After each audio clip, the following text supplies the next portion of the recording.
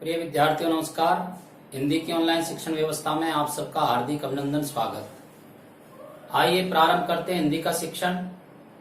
आज हम हिंदी शिक्षण में अध्ययन करेंगे सूरदास के पदों का। ये जो पद आप देख रहे हैं ये सूरदास द्वारा रचित है। कक्षा 10 की हिंदी की पाठ्य पुस्तक क्षितिज के पाठ 1 जो हमारे पाठ्यक्रम में है उसमें सूरदास नाम से पाठ है और उस सूरदास पाठ में 4 पद हमें दिए गए हैं। उन 4 पदों में से एक पद का अध्ययन हम पहले कर चुके हैं। अब हम सूरदास के पाठ का पद क्रमांक 2 इसका अध्ययन करेंगे। इस पूरे पद को समझने के लिए आप वीडियो को अंत तक देखें और यदि सब्सक्राइब आपने नहीं किया है तो इसे सब्सक्राइब अवश्य करें। देखिए, आइए अध्ययन करते हैं सूरदास के पद का। पद क्रमांक 2। मन की मन ही मांझ रही, मन की मन ही मांझ रही,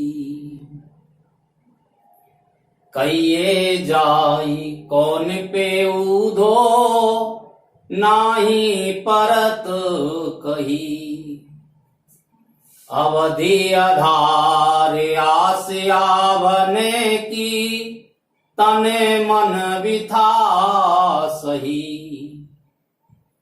अब इन जोग संदेशनी सुने सुने, विरहिने विरह दही, चाहती हुती गुहार जिताई ते, उतते धार वही, सूरदास अब धीर धरई क्यों, मर जादान लही, मन ही मन की मांझ रही। तो देखिए, पद क्रमांक 1 में गोपियों ने उद्धव को व्यंग किया था और व्यंग में क्या था? प्रत्यक्ष रूप में गोपियों ने उद्धव को कहा कि आप बड़े भाग्यशाली हैं, पर भाव रूप में गोपियां ये कहना चाहती थी कि आप अभागे हैं, दुर्भाग्यशाली हैं कि आप भगवान श्री कृष्ण के साथ रह करके जो प्रेम के साक्षात स्वरूप है उनके साथ रह करके भी आप प्रेम को नहीं समझ पाए, प्रेम से अलिप्त रहे हैं। इसलिए उद्धव, तुम वास्तव में बड़भागी नहीं, अभाग्यशाली हैं, दुर्भाग्यशाली हैं। अब ये जो पद क्रमांक 2 है, इस पद क्रमांक 2 में गोपियां उद्धव को उलाहना देती है। प्रसंग क्या है? उद्धव भगवान श्री कृष्ण का योग संदेश लेकर के गोपियों के पास जाते हैं और गोपियों को यह संदेश सुनाते हैं कि वो जो कृष्ण है जिसके प्रेम में आप पागल हो रही हैं, वह कृष्ण अब आने वाला नहीं है, इसलिए आप उसको भूल जाइए और योग संदेश को सुनिए। उद्धव की इस बात को सुनकर के और गोपियां उद्धव को उलाहना देती है, उसको कहती हैं कि अब हम क्या करें। क्या हुआ है गोपियों के साथ? गोपियां क्या उलाहना देती है?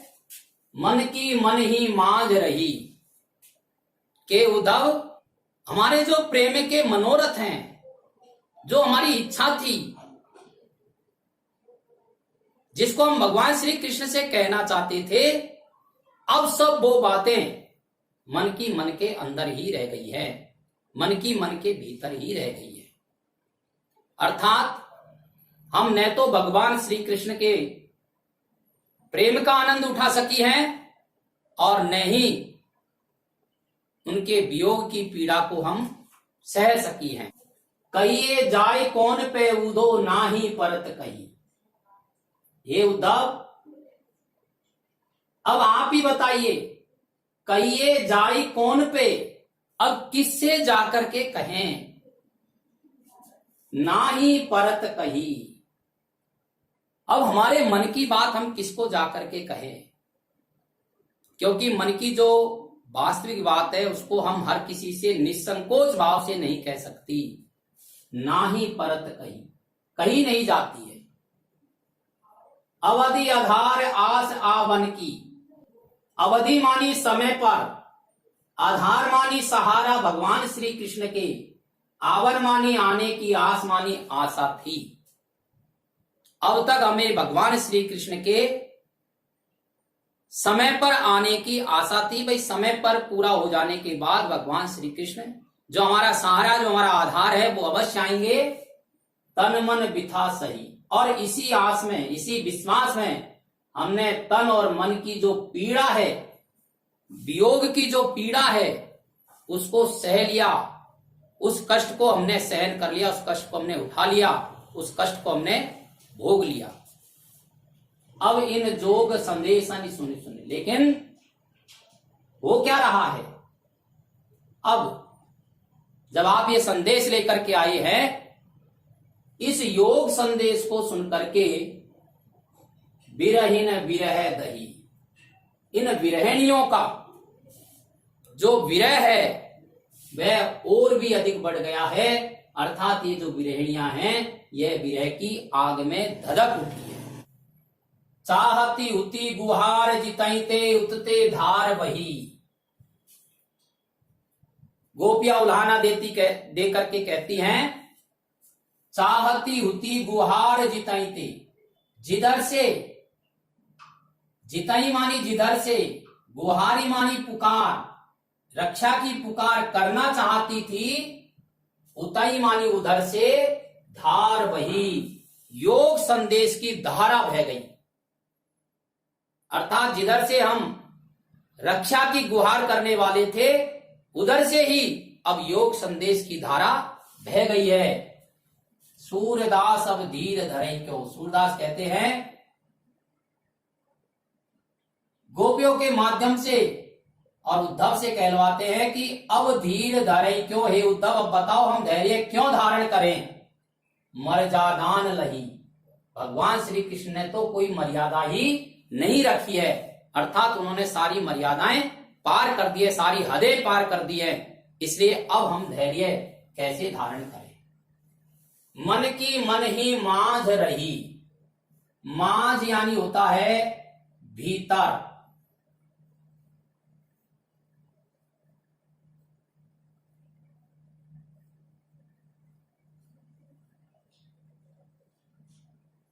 कहिए जाए कौन पे उदो नाही परत कही।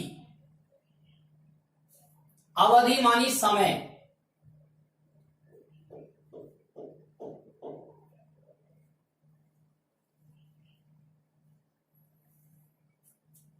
आधार मानी सहारा,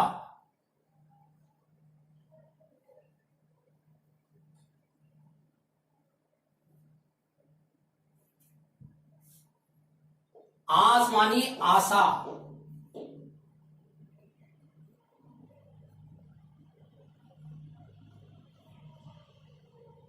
आवन मानी आने की।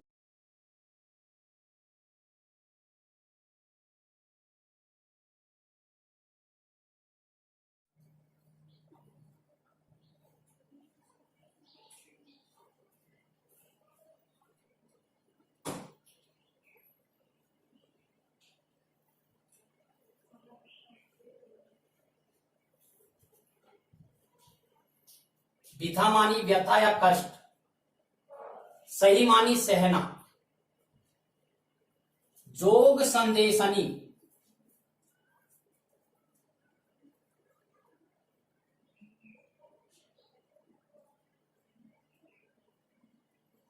जोग संदेशनी यानी योग संदेश। सुनी सुनी मानी सुनकर, विरहिणी यानी विरहिणियों।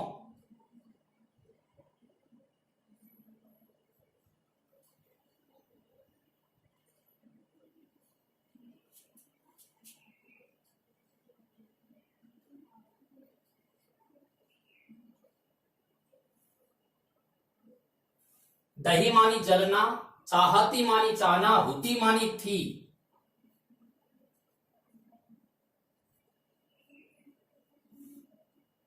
गुहारी मानी पुकार,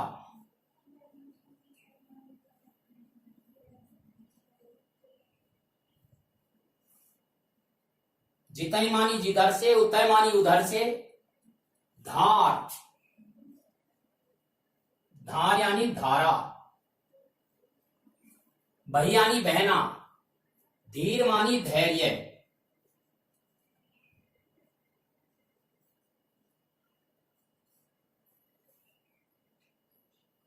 धरई मानी धारण करना।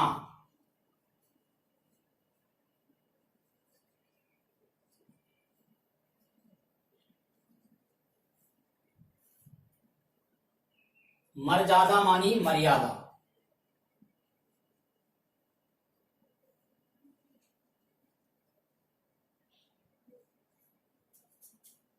तो सबसे पहले हम इसके प्रसंग को देखते हैं। तो प्रसंग में क्या लिखना है? प्रस्तुत पद पंक्तियां हमारी हिंदी की पाठ्य पुस्तक के पाठ 1 सूरदास से ली गई है और इन पंक्तियों में गोपियां उद्धव को उलाहना देती हैं। फिर आता है अर्थ, भावार्थ या व्याख्या। तो प्रस्तुत पद पंक्तियों में गोपियां उद्धव को उलाहना देती हुई कहती है कि ये उद्धव, हमारे मन की बात मन के अंदर ही रह गई है। हमारे मन की जो इच्छा है, हमारे मन का जो प्रेम मनोरथ है, वो मन के अंदर ही रह गया है। हम उसको किसी से कह नहीं पाई हैं। अर्थात हम भगवान श्री कृष्ण के प्रेम में न तो उस प्रेम का आनंद ले पाई हैं और न ही उनके वियोग को हम पूरी तरह से सह पाई हैं। अब हम इस बात को किससे जाकर के कहें? क्योंकि ये जो मन का संकोच है, इसको निसंकोच भाव से अब हम किसी से कह नहीं सकती। हमें इस बात का विश्वास था कि समय आने पर हमारा जो आधार है भगवान श्री कृष्ण है, वो निश्चित रूप से आएंगे। और इस आस में हमने तन और मन की जो व्यथा है, जो पीड़ा है, जो हमारे वियोग रूपी जो पीड़ा थी, उस पीड़ा को भी हमने सहन कर लिया, उठा लिया। लेकिन अब तुम्हारे इस योग संदेश को सुन सुन करके इन विरहिणियों का वियोग रूपी जो अग्नि है वह और धधक उठी है। जिधर से हम रक्षा की पुकार करना चाहती थी, उधर से ही अब योग संदेश की धारा बह गई है। अर्थात भगवान श्री कृष्ण ने योग संदेश की धारा को बहा दिया है। इसलिए सूरदास जी गोपियों के माध्यम से कहते हैं कि हे उद्धव, अब हम धैर्य धारण क्यों करें? क्योंकि भगवान श्री कृष्ण ने तो सारी मर्यादाएं तोड़ दी हैं, मर्यादाओं को छोड़ दिया है, सारी हदें पार कर दी है। इसलिए अब हम धैर्य धारण क्यों करें? अर्थात अब हम भगवान श्री कृष्ण पर विश्वास नहीं कर सकती। इस प्रकार से गोपियां उद्धव को अपना उलाहना भी देती है और मन की व्यथा भी कहती हैं कि अब हम क्या करें। अब इस पद क्रमांक 2 को भली प्रकार से समझने की दृष्टि से आप इसका स्क्रीनशॉट ले सकते हैं और कम से कम 2 बार सुन करके और इसके अर्थ, भावार्थ और इसके प्रसंग को याद कर सकते हैं। धन्यवाद।